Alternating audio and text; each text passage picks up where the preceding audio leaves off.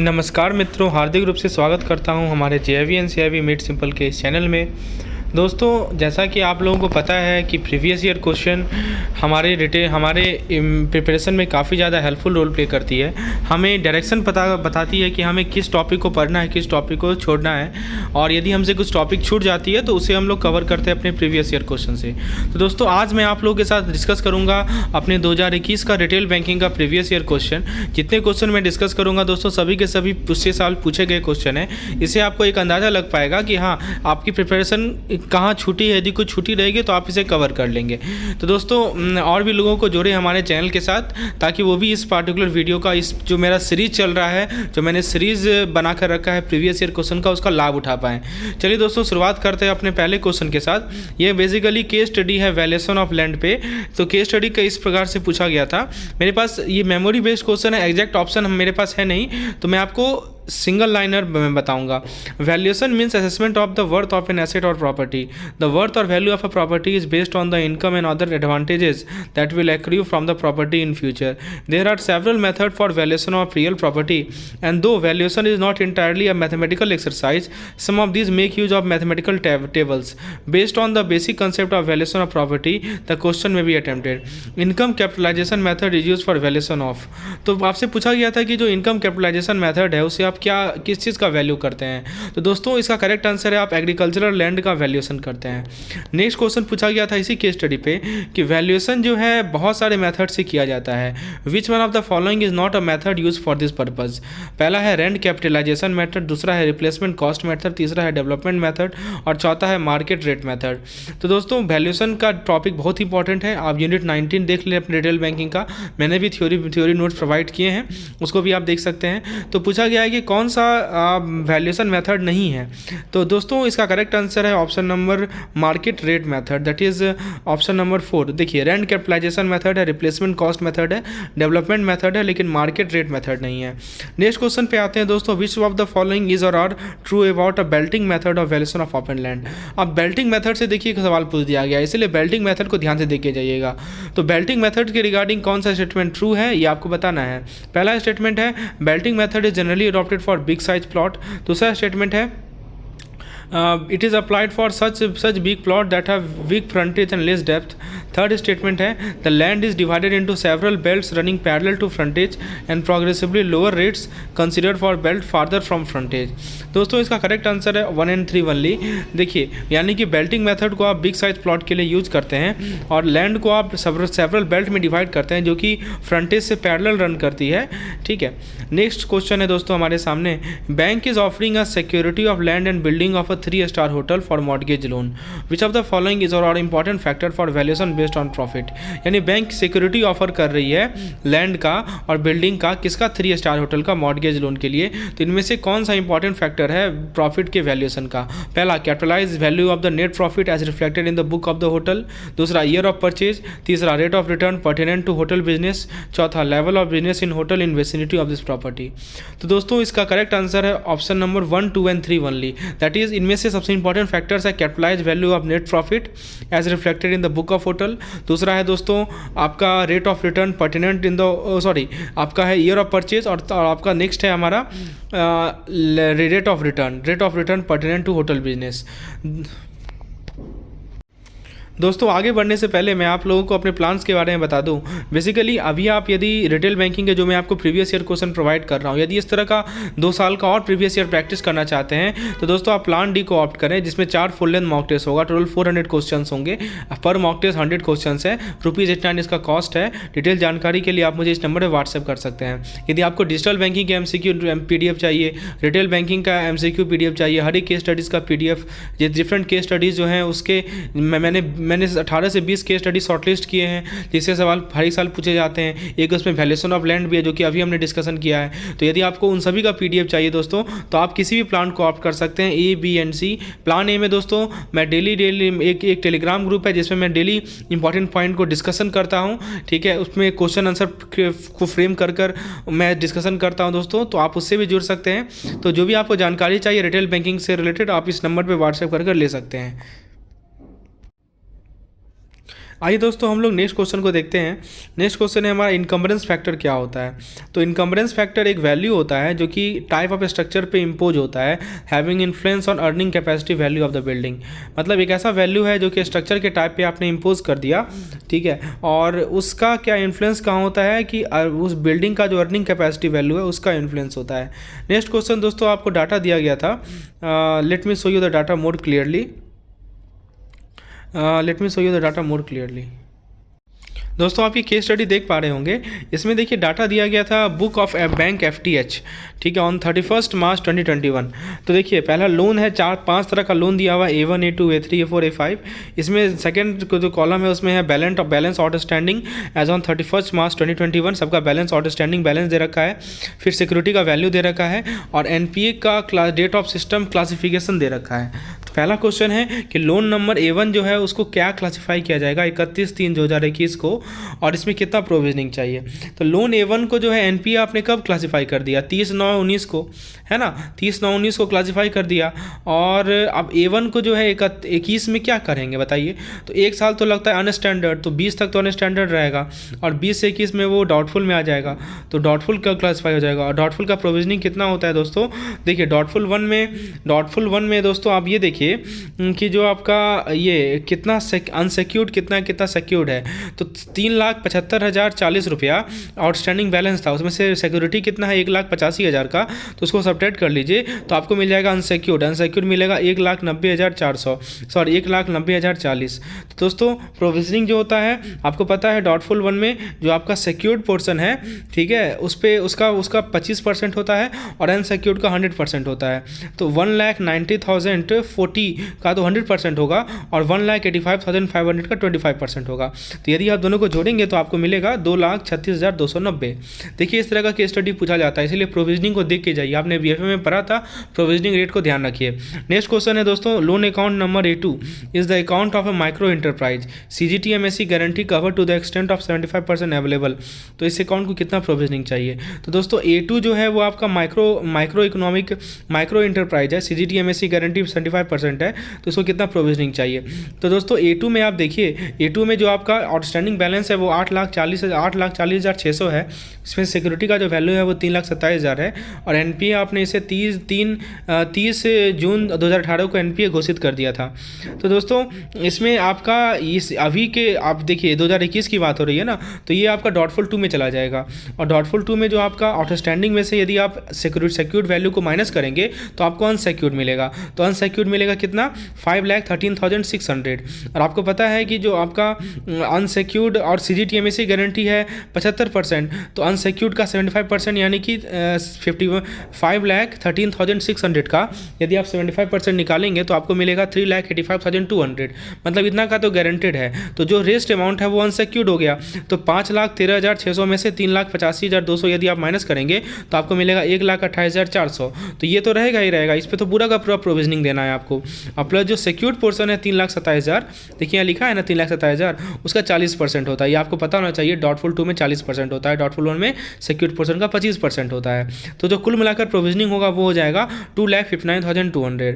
अब देखिए third question है, loan account number A3 is a gold loan account to be paid as bullet payment, provisioning required for the account. अब जरा A3 को देखिए, A3 NPA जो है 21 में हुआ था, 31/3/2021 को क्लासीफाई किया गया था NPA। इसमें आउटस्टैंडिंग बैलेंस है 2,23,000 और वैल्यू ऑफ सिक्योरिटी है 2,46,000। तो आपसे पूछा गया है कि इसमें कितना प्रोविजनिंग चाहिए। तो ये तो सब स्टैंडर्ड ही रहेगा ना, क्योंकि इसमें तो 2021 की बात हो रही है, तो सब स्टैंडर्ड रहेगा। तो सब स्टैंडर्ड में दोस्तों आपको पता है कि जो आउटस्टैंडिंग बैलेंस होता है उसमें प्रोविजनिंग 15% का होता है। तो 2,23,000 का 15% निकाल लीजिए, यानी 33,450 होगा। Loan number A4 is consortium limit and lender is ABC bank, the account maintain in ABC bank is standard, the provisioning requirement is.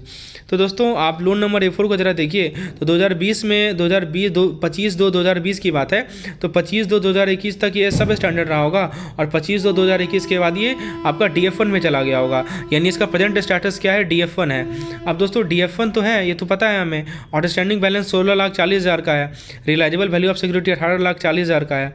तो आपसे DF1 में ये जानकारी लेना चाह रहा है ये क्वेश्चन कि प्रोविजनिंग कितना होगा। तो DF1 में आपको पता है ना कि जो आपका अनसिक्योर्ड है क्या, कुछ अनसिक्योर्ड तो नहीं है क्योंकि सिक्योरिटी तो पूरा आपने ज़्यादा ले रखा है।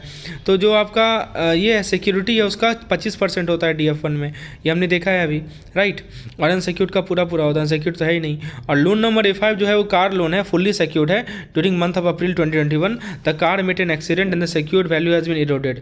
दोस्तों जब भी ये वर्ड आपको मिले security value has been eroded, मतलब इसका वो लॉस अकाउंट हो गया, और लॉस अकाउंट में आपको 100% प्रोविजनिंग देना पड़ता है अगेंस्ट आउटस्टैंडिंग बैलेंस। तो दोस्तों इस प्रकार का केस स्टडी पूछा जाता है, ध्यान से देखिएगा। दोस्तों थर्ड केस स्टडी हमारे सामने वो UPI पे है। UPI is a unique payment solution as the app is empowered to initiate the payment request from a smartphone.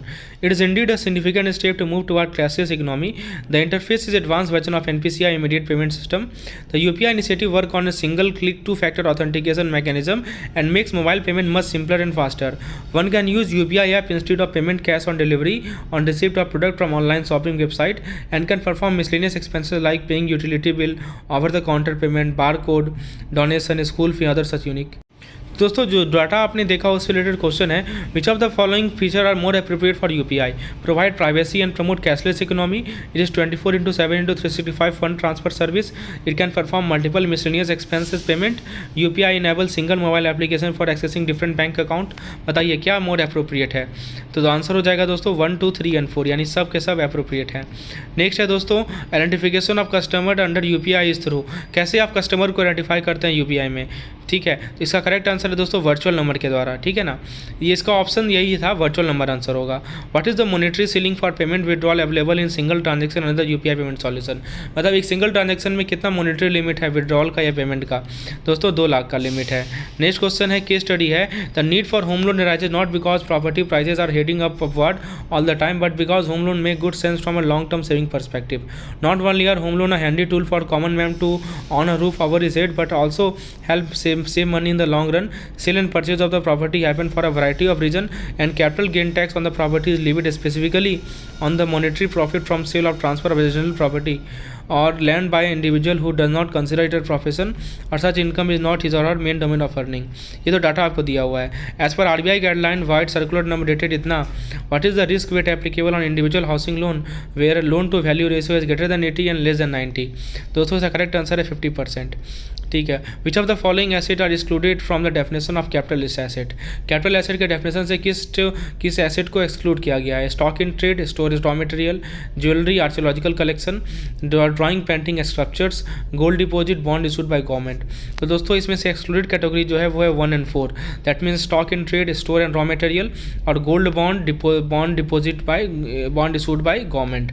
Next question है दोस्तों हमारा, capital gain is computed after deduction of which of the following? Registration charge, expenditure of transfer, cost of improvement, index cost of acquisition, index cost of improvement. तो दोस्तों capital gain को कब कैसे compute करते हैं? तो दोस्तों इसमें से क्या क्या एक्सक्लूड करते हैं? 2, 4 and 5. दैट मीन्स हम लोग एक्सपेंडिचर ऑफ ट्रांसफर, फिर हम लोग इंडेक्स कॉस्ट ऑफ एक्विजिशन और हम लोग इंडेक्स कॉस्ट ऑफ इंप्रूवमेंट, ये 3 चीज़ को एक्सक्लूड करते हैं. नेक्स्ट सवाल है कि इंडेक्स कॉस्ट ऑफ एक्विजिशन के कॉम्पिटिशन में इनमें से कौन सा फैक्टर को कंसीडर किया जाता है?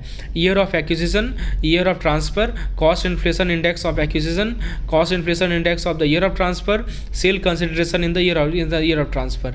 तो इसको याद रखिएगा कि इंडेक्स कॉस्ट ऑफ एक्विजिशन के कंपटीशन में जो फैक्टर कंसीडर किया जाता है वो है 1, 2, 3 and 4. That is year of acquisition, year of transfer, cost inflation index of year of acquisition, cost inflation index of year of transfer. उसके बाद नेक्स्ट क्वेश्चन है हमारा, under the income tax act benefit of long term capital gain not exceeding ₹2 crore can be avail by reinvesting in. यानी income tax act के अंतर्गत आप tax benefit ले सकते हैं लॉन्ग टर्म कैपिटल गेन पर. आप कब जब आप उसे री इन्वेस्ट करेंगे कहाँ? पहला, purchase of 1 or 2 residential house property, purchase of only 1 residential house property, construction of 1 house property, construction of 1 or 2 house property. तो दोस्तों करेक्ट आंसर है 1 or 4 only. That is purchase of 1 or 2 residential house property और construction of 1 or 2 house property. ठीक है. Next question है दोस्तों हमारा case study 5. And RBI issued a directive on storage of payment system data, advising all the system provider and operator to ensure that relating to payment system is stored in system only in India. The extent direction are applicable to participant in. तो पहला है payment system operated by RBI via RTGS and NEFT, system operated by CCI and NPCI. Third है payment gateway. Fourth है third party vendor. Fifth है participant of card scheme. Sixth है corporate are as limited of fund through various payment system. Seventh है exporter importer. तो इसका correct answer है option number a, that is payment system operated by RBI, that is RTGS and NEFT. ठीक है. उसके बाद दोस्तों हमारा नेक्स्ट क्वेश्चन है, which of the following is not included in the payment data to be store in India. तो किसे आपको इंक्लूड नहीं करना है पेमेंट डाटा जो कि भारत में स्टोर करना है. End to end transaction detail, information pertaining to settlement transaction only, detail like customer data, payment sensitive data, payment credential. तो आंसर है ऑल ऑफ द अबव. किसी को आपको स्टोर नहीं करना है, पेमेंट डाटा को स्टोर नहीं करना है. नेक्स्ट है, which of the following statement is correct with regard to the storing of data pertaining to cross border transaction. तो जो क्रॉस बॉर्डर ट्रांजेक्शन है उसमें आपको कौन सा डाटा स्टोर करना है, इसके रिगार्डिंग कौन सा स्टेटमेंट करेक्ट है.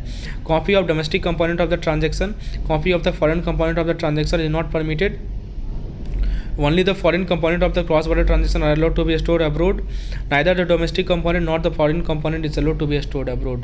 तो आंसर है दोस्तों इसका option number a, that is copy of domestic component of transaction may also be stored abroad along with the foreign component if required. यदि जरूरत पड़े तो जो आपका डोमेस्टिक कंपोनेंट का कॉपी है जो ट्रांजेक्शन का, उसको आप अब्रोड में स्टोर कर सकते हैं. ठीक है, अलॉन्ग विथ फॉरेन कंपोनेंट यदि जरूरत पड़े तो. नेक्स्ट है, which of the following statement correct regarding processing of payment transaction. There is no bar on processing of payment transaction outside India subject to data being stored in India after processing. If the processing is done abroad, the data should be deleted from the system abroad and brought back to India not later than 1 business day or 24 hour. Activities such as settlement or processing carried out after payment processing if done in outside India shall have to be undertaken on near real time basis. For activities such as chargeback, the data can be accessed at any time from India when it is stored. तो दोस्तों correct पूछा गया है आपसे, इसका correct answer है 1 2 3 और 4, मतलब सारा का सारा स्टेटमेंट आपका करेक्ट है. नेक्स्ट सवाल है दोस्तों, can the payment system be shared data be shared with overseas regulator. क्या जो पेमेंट सिस्टम का डाटा है वो ओवरसीज रेगुलेटर के साथ शेयर किया जा सकता है. Yes, depending upon origin of transaction and after due approval from RBI. No, as per RBI directive does not allow storage of data outside India. Yes, depending upon the nature of transaction and with due approval from the board. Yes, only NPCI authorised. Option D कर रहा है दोस्तों, केवल NPCI authorise है ऐसे decision को लेने के लिए. इसका सही आंसर है दोस्तों ऑप्शन नंबर ए, कि और ट्रांजेक्शन कहाँ से ऑरिजिन हो रहा है और आपको RBI से अप्रूवल लेना पड़ेगा इसके लिए, तभी जाके आप डाटा को पेमेंट सिस्टम के डाटा को शेयर कर सकते हो ओवरसीज रेगुलेटर के साथ. ठीक है. नेक्स्ट है दोस्तों, मनी का टाइम वैल्यू होता है. 1 रुपये जो आज आपके पास है वो ज़्यादा वैल्यूबल है 1 साल के बाद 1 रुपये जो होगा, ये तो पता ही आपको. क्वेश्चन पे आते हैं. ABC limited currently has 55,000 employ. The company expect a compounded growth of 5% per year on the strength. How many employee will ABC Limited have in 10 year? तो दोस्तों F is equal to 8 times 1 + R whole to the power n को apply कीजिए. ए आपका 5000 employ है अभी. ठीक है. R आपका 5% है और T आपका 10 ईयर होगा, तो 1 + 0.5 टू द पावर 10. इसको सॉल्व करेंगे तो आपको 8145 मिलेगा. नेक्स्ट क्वेश्चन है, mister X promises mister Y that he would give him ₹1 lakh after 3 year. मतलब मिस्टर एक्स ने मिस्टर वाई को प्रॉमिस किया कि वो 1 लाख रुपया 3 साल के बाद दे देगा. तो उस अमाउंट का प्रेजेंट वैल्यू कितना है. इंटरेस्ट रेट 10% पे. तो आपको बताइए present value is equal to future value divided by 1 + R whole to the power n. तो आपका जो ये फ्यूचर वैल्यू है वो 1 लाख है और इंटरेस्ट रेट 10% है, तो 1.1 हो जाएगा और टाइम है 3 ईयर, तो पावर 3 हो जाएगा, तो 75131 होगा. नेक्स्ट क्वेश्चन है, आपको 72 रूल को अप्लाई करना है और आपको बताना है कि जो कि कहता है कि 10 साल में जो है 1 रुपया डबल हो जाएगा. ठीक है. What is the applicable rate of interest compounded annually. आप यदि एनुअली कंपाउंड करेंगे तो double in 10 year and 6 month, मतलब डबल कब हो रहा है 10 साल और 6 महीना लगा रहा है 1 रुपया को डबल होने में. तो आपको बताना है कि रेट ऑफ इंटरेस्ट क्या होगा. तो दोस्तों 1 रुपया का जो वैल्यू है वो कितना हो जाएगा 1.06068 टू पावर 10 1.94. तो 6 महीना में क्या हो जाएगा अप्रॉक्सिमेटली 0.2 डबल हो जाएगा. नेक्स्ट सवाल है दोस्तों, mister A B the father of mister X has assured to provide ₹5 lakh each for 6 year upon his retirement 1 year from now. मतलब मिस्टर ए बी जो है मिस्टर एम का फादर है, उसने एज्यूर किया कि वो 5 लाख हर एक साल देगा 6 साल तक upon his retirement 1 year from now, आज के 1 साल बाद से. ठीक है। The first payment will be made on the date of retirement assuming the present interest rate of 10% per annum, what is the present value of amount promised. तो ये ordinary annuity का फॉर्मूला आपको याद रखना चाहिए दोस्तों, ठीक है। ऑर्डिनरी एन्युटी का फॉर्मूला जरूर देख के जाइएगा, प्रेजेंट वैल्यू कैसे निकाला जाता है। उसी तरह ये देखिए, ये सवाल है आपका, ये आपका डेप्रिसिएशन से सवाल पूछा गया था, आपको रिटर्न डाउन वैल्यू मेथड पे सवाल है ये, ठीक है। तो इसको देख लीजिएगा, एसएलएम मेथड और डब्ल्यूडीवी मेथड को अच्छे से देख के जाइएगा, इससे सवाल पूछा जाता है, ठीक है दोस्तों। उसके बाद मैं आपको नेक्स्ट क्वेश्चन बताता हूँ कि ये सब तो उसी में बेस्ट सवाल है। As per policy guideline of your bank, vehicle loan are granted for purchase of new or old car against the prime security of the vehicle for a maximum amount of 90% of on road price rounded up to near 1000। यहाँ देखिए लिखा है कि जो on road price है उसका 90% maximum amount तक आप लोन गारंटी ग्रांट करते हैं। Registration charge, road tax, insurance premium में रोड ये सब चीज़ आपको ऑन रोड प्राइस में ही अंदर आता है। जब आप लोन अमाउंट को एसेस करते हैं तो बैंक इंश्योर करती है कि बोरोवर का जो टेक होम सैलरी है वो ग्रॉस सैलरी का 50% से नीचे नहीं जाए, ठीक है। आपके ब्रांच से को एक एप्लीकेशन रिसीव हुआ एक स्कूल टीचर से, इसका ग्रॉथ मंथली सैलरी है 62,000। देखिए ये क्वेश्चन आपका व्हीकल लोन से है, केस स्टडी। एग्जिस्टिंग डिडक्शन है LIC प्रीमियम 3,000, PF लोन है 4500, PF रिकवरी है 4100, एक्स शोरूम प्राइस है कार का 6,32,700, व्हीकल इंश्योरेंस प्रीमियम है 7,320, रोड टैक्स पर 15 ईयर है 15 ईयर है 21,600 और रजिस्ट्रेशन फ़ी है 1900। ये सब डाटा आपको दिया गया है, आपको ऑन रोड प्राइस बताना है। तो दोस्तों ऑन रोड प्राइस में लिखा हुआ है ना, यहाँ पढ़िए। ऑन रोड प्राइस में क्या क्या आता है, रजिस्ट्रेशन चार्ज आता है, रोड टैक्स आता है, इंश्योरेंस प्रीमियम आता है। रजिस्ट्रेशन चार्ज कितना है दोस्तों, रजिस्ट्रेशन चार्ज है 1900, रोड टैक्स कितना है 21,600, व्हीकल इंश्योरेंस प्रीमियम कितना है 7,320, सबको जोड़ दीजिए, ठीक है। और प्लस जो आपका 6,32,700 है वो तो रहेगा ही, राइट। 6,32,700 जो कि आपका एक्स शोरूम प्राइस है वो तो रहेगा ही रहेगा, ठीक है। तो ये तो आपका टोटल अमाउंट आएगा 6,63,520। एक चीज़ यहाँ लिखा हुआ था दोस्तों, पढ़िए लास्ट शुरू लाइन में कि जो आपका मैक्सिमम अमाउंट है 90% of on road price round of, तो आपको 90% इसका निकालना पड़ेगा, तो आपको मिल जाएगा 5,97,160। ये आपका ऑन रोड प्राइस हो जाएगा, ठीक है। उसके बाद दोस्तों नेक्स्ट क्वेश्चन पूछा गया था, the maximum amount of loan based on road price alone that can be considered if the condition of on take home pay is ignored. मतलब आप जो टेक होम पे वाला कंडीशन को इग्नोर कर दीजिए तो कितना लोन ऑन रोड प्राइस पे मैक्सिमम लोन सैंक्शन किया जा सकता है, ठीक है। तो इसका आंसर है दोस्तों option number C, that is 5,97,000 को सैंक्शन कर सकते हैं हम। The maximum EMI amount that is available for repayment of the loan if condition on take home pay is applied. तो इसका आंसर है दोस्तों option number D, that is 19,400। दोस्तों ये क्वेश्चन है कि the security interest will be created on the vehicle by way of. तो आप सिक्योरिटी इंटरेस्ट जो है व्हीकल पे कैसे क्रिएट करते हैं, तो इसका ऑप्शन है assignment, pledge, hypothecation, marking, lien on नेबुलासी बुक। तो करेक्ट आंसर है दोस्तों इसका हाइपोथिकेशन। नेक्स्ट है कि creation of charge to be registered with CERSAI only, RTO only, sub registered office both A and B। दोस्तों इसका करेक्ट आंसर है आपको चार्ज का क्रिएशन को रजिस्टर करवाना है दोनों से, सरसई से भी और RTO से भी, ठीक है। सिंगल क्वेश्चन पे आते हैं, what is the maximum amount of per transaction limit permissible under MPS। तो वो है दोस्तों 2 लाख। नेक्स्ट क्वेश्चन है दोस्तों, the cash withdrawal limit on POS terminal using debit card is. तो जो आप डेबिट कार्ड से POS टर्मिनल में डेबिट कार्ड यूज करते हैं उसमें कैश विड्रॉल लिमिट कितना है, तो दोस्तों 200 per day card in all centre, sorry 2000। Next है suitability of business model of approach of bank depends upon business mix, corporate strategy, business objective. तो यदि किसी बिजनेस मॉडल का सुटेबिलिटी या अप्रोच किसी बैंक किस बात पे डिपेंड करता है, बिजनेस मिक्स पे, कॉर्पोरेट स्ट्रेटजी पे या बिजनेस ऑब्जेक्टिव पे, तो आंसर है दोस्तों तीनों पे, ठीक है। Characteristics of RTGS transaction are remittance are communicated through structure matching process, settlement is done on gross basis, beneficiary branch is identified by MICR code, remittance are being communicated on real time. तो दोस्तों RTGS का क्या characteristics आपको बताना है, तो इसमें देखिए 3 ऑप्शन को, तीसरा ऑप्शन को हटा दीजिए कि beneficiary branch identified by MICR code, this is wrong. बाकी 1, 2 और 4 आपका सही है। नेक्स्ट है the agreement drawn between government of India and USA to improve the international tax compliance and to implement FATCA of the US is referred as. तो उस agreement को क्या कहते हैं, उसे कहते हैं दोस्तों inter governmental agreement. Next question है demat account can be opened with bank, share broker, depository participant, DP कहते हैं उसे, या डिपोजिटरी। तो डीमैट अकाउंट को आप खोल सकते हैं बैंक के साथ और शेयर ब्रोकर के साथ, और साथ ही साथ आप DP के साथ भी खोल सकते हैं। नेक्स्ट क्वेश्चन है दोस्तों कि the benefit accruing to the bank in implementing an effective CRM include. तो आपको यदि एक इफेक्टिव CRM को इम्प्लीमेंट करना है तो बैंक को क्या क्या बेनिफिट मिलता है। It helps to manage multi delivery channel in better way, it helps to detect or prevent fraud in retail segment, it helps to understand customer life time value through the structured data, it increase in share of wallet from customer, it helps to take on completion as CRM result in more customer focus and retention. दोस्तों इसका correct answer है हमारा 1, 3, 4 and 5, 2 को छोड़ दीजिए। It helps to fraud detection को छोड़कर बाकी आपका सारा स्टेप होगा इसमें। नेक्स्ट क्वेश्चन है दोस्तों हमारा, stranger gain access to the credit card detail of mister C customer of XYZ bank. ठीक है, तो यहाँ पे एक स्ट्रेंजर है जिसको एक्सेस मिल गया क्रेडिट कार्ड डिटेल का कि ये कस्टमर XYZ बैंक का, तो वो क्रेडिट कार्ड डाटा को बिना अथॉरिटी के यूज कर रहा था। तो यहाँ पे कौन सा रिस्क से एक्सपोज्ड है, तो आंसर है दोस्तों इन्फॉर्मेशन रिस्क से, इन्फॉर्मेशन सिक्योरिटी रिस्क से।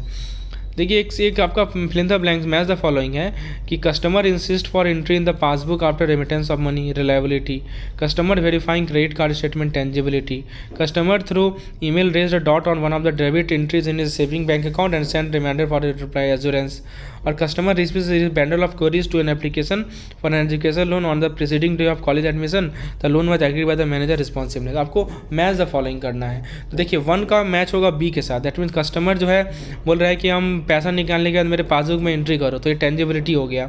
फिर 2 का A के साथ कस्टमर जो है क्रेडिट कार्ड स्टेटमेंट को वेरीफाई कर रहा है, तो ये रिलायबल चेक कर रहा है। फिर 3rd है आपका कि customer 2 email raise a doubt in one of the debit entry, तो ये आपका है रिस्पॉन्सिबनेस, आपसे रिस्पॉन्सिबनेस मांग रहा है। और कस्टमर को क्वेरी बहुत सारा रिसीव क्वेरी है, ठीक है, एजुकेशन लोन के एप्लीकेशन के रिगार्डिंग, तो लोन जो है मैनेजर ने एग्रीड किया, तो एश्योरेंस हो गया।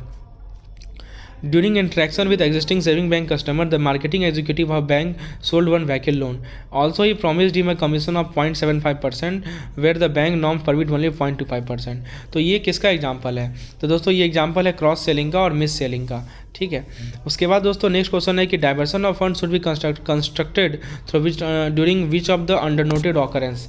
तो डाइवर्सन ऑफ फंड को कैसे कैसे ऑकरेंस में आप कंस्ट्रक्ट कर सकते हैं, तो utilisation of short term working capital fund long term purpose not in conformity with the terms of sanction, transferring borrowed fund to the subsidiaries और ग्रुप कंपनीज और other corporate by whatever modalities, routing of fund through any bank other than the lender bank or membership or member of consortium without prior permission of the lender, fund borrowed from bank are utilized for purposes unrelated to the operation of borrower to the detriment of financial health of the entity।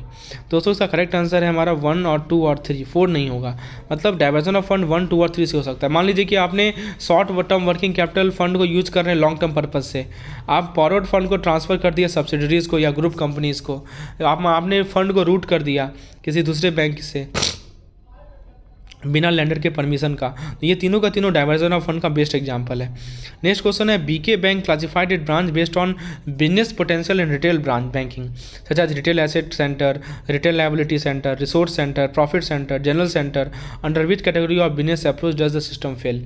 मतलब BK bank जो है अपने branches को classify कर रहा है business potential के basis पर। ठीक है, जैसे रिटेल एसेट सेंटर उसने किया, रिटेल लायबिलिटी सेंटर किया, रिसोर्सेज सेंटर किया, तो ये किस कैटेगरी ऑफ बिजनेस के अंदर आता है, तो ये है सेगमेंटेड अप्रोच। नेक्स्ट क्वेश्चन है सिक्योरिटाइजेशन ट्रांजैक्शन में इनमें से कौन सा ट्रू सेल का मीनिंग बताता है, तो आंसर है transfer of all benefit and obligation to special purpose vehicle. Based on the information collected on needs of customer, XY Bank has developed a product so as to suit their customers' need. This type of information XY Bank has collected and analyzed is known as, इसे कहते हैं strategic information. While granting loan to customer as per the commitment through BCSBY, the sanction letter shall include the detail of interest reset clause, the reference rate to which floating rate will be linked, method of calculation of interest, periodicity of charging interest। तो दोस्तों इसका correct answer है चारों। मतलब BCSBI के commitment के according जब आप कस्टमर को लोन ग्रांट करते हैं तो सैंक्शन लेटर में डिटेल होना चाहिए इंटरेस्ट रेट का, रेफरेंस रेट होना चाहिए, कैलकुलेशन इंटरेस्ट कैसे कैलकुलेट करें इसका मेथड होना चाहिए, और पीरियोडिसिटी ऑफ चार्जिंग इंटरेस्ट भी होना चाहिए। फिर है नेक्स्ट इंडियन इन्फिनिट क्या है, इंडियन फाइनेंशियल नेटवर्क क्या है, तो दोस्तों ये multi protocol level switching network है, MPLS कहते हैं इसे। तो इन्फिनिट याद रखिएगा, MPLS है multi protocol level switching network. The key commitment of member bank of BCSBI to customer include right to fair treatment, right to transparency, fair and honesty dealing, right to be heard, right to privacy, right to grievances. तो दोस्तों इसमें right to privacy को छोड़कर बाकी सभी option सही हैं। Next question है दोस्तों, the recovery policy clauses are clearly spelled on in the recovery policy of the bank, which one of the following are fundamental assumptions and approaches to recovery which are to be communicated to the customer. पहला, the डेब्ट collection policy of the bank is built around dignity and respect of the customer. The bank shall follow policies that are unduly coercive in collection of duties. The policy is built on courtesy, fair treatment and persuasion. The bank security reposition policy aims at recovery of dues. Correct answer 1 and 3 only. The due date of filing suspicious transaction report to FIU-IND is, बताइए FIU-IND का को जो आप suspicious transaction report STR देते हैं उसका due date क्या होता है? तो करेक्ट आंसर है दोस्तों, मतलब जिस दिन आपने ये सेटिस्फाई किया कि ट्रांजैक्शन सस्पिशियस है उसके 7 दिन के अंतर्गत आपको FIU-IND को आपको क्या करना है, उसका डिटेल प्रोवाइड कर देना है। ये सब सिंगल मार्क्स क्वेश्चन हैं, मतलब ऑप्शन दिए गए थे क्योंकि मेमोरी बेस्ड है ना, तो ऑप्शन मेरे पास है नहीं, ठीक है, इसलिए मैं आपको सिंगल टाइप में 1 लाइनर में समझा रहा हूँ, ठीक है। The comparison of debit card and credit card can give which of the following observation. Credit card limit varies with individual, whereas in debit card per day cash withdrawal limit varies with bank. Credit card and debit card allow cash withdrawal through POS machine. Risk involved in both debit card and credit card. Credit card transaction lead to asset creation in bank, whereas debit card transaction lead to reduction of liability. तो answer इसका 1 and 4 only. Which of the following is not a service offered by NFS, National Financial Switch? तो answer था issuance of passbook, ठीक है। The risk weight for housing loan portion cover under the C credit rate risk guarantee fund trust for low income housing, तो ये answer का answer है, ये 0 होता है दोस्तों। As per the commitment given by the bank in the code of commitment to customer, the data related to account shall not reveal except. दोस्तों इस प्रकार से और भी क्वेश्चंस हैं हमारे सामने, ठीक है, तो ये सभी क्वेश्चंस भी आप एक्सेस कर सकते हैं। तो आप यदि PDF प्लान को ऑप्ट करेंगे you will get all this types of question, okay. So I am ending this session here now, you can get access to all this question of all the previous year question. धन्यवाद।